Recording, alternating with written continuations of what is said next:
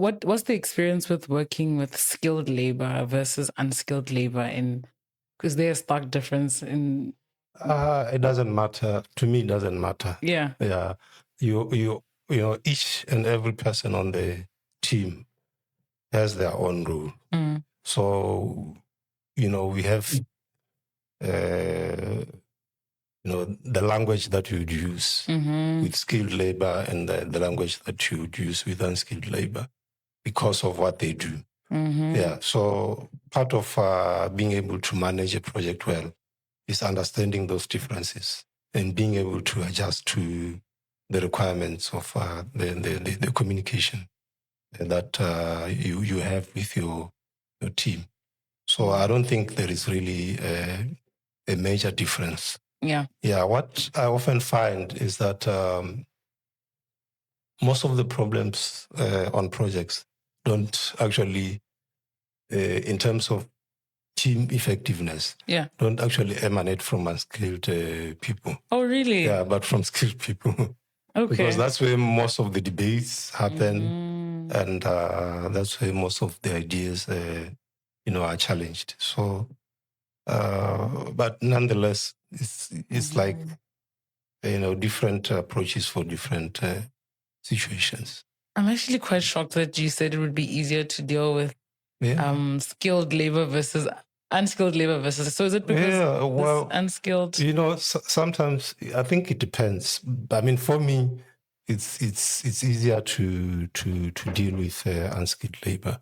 Yeah, because they usually are, proud of their work. They usually take instructions easy, and even where they challenge you, they don't actually, claim to know it all, and they approach you, as somebody that is advising.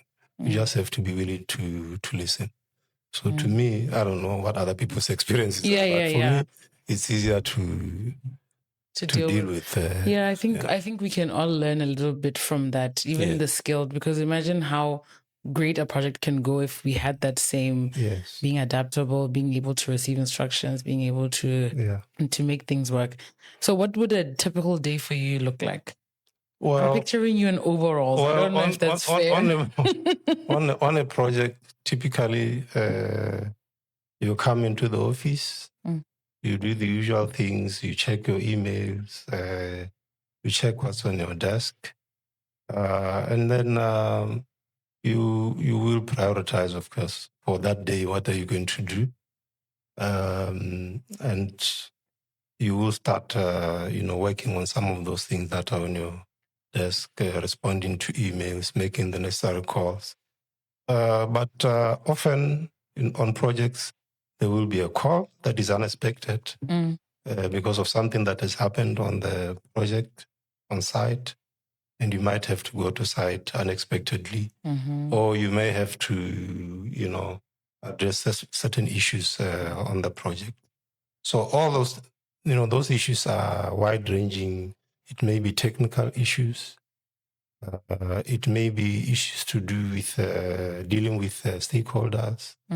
It may be issues to do with finances on the project, and so forth and so forth. So that would be a typical day, and every day you have to, prioritize all of these, but all the time keeping track of what is happening, because you are working to a schedule, and then you have to make sure that that schedule is complied with.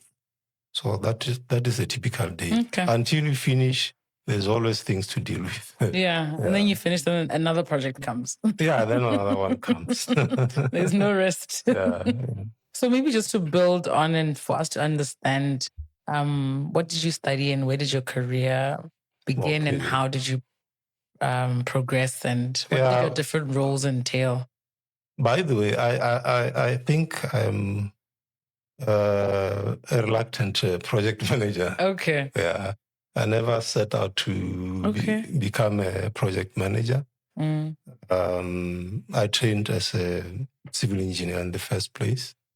And my expectation was that I would just be sitting in my corner and working on my designs and drawings and things like that, and doing whatever calculations are required in my little corner over there. But life had something different in store. I found out that, even as you grow and as an engineer, you get to a point where you have to manage projects.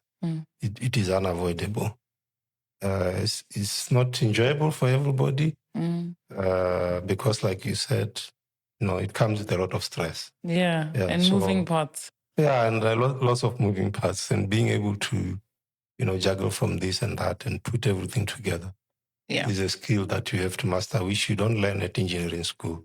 So, well, that's my background. I don't think that only engineers can be good project managers, and or for that matter, that only people in the built environment would be great project managers.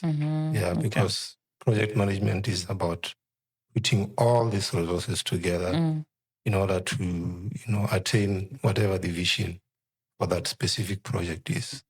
And, everybody can learn to do that. Of course, if you are working within the built environment and you have the background, it helps you to, to deal, with all these matters much more easily than somebody who is not within that environment. Yeah. So at what point? And our environment typically is one of the most complex environments in terms of project management. So,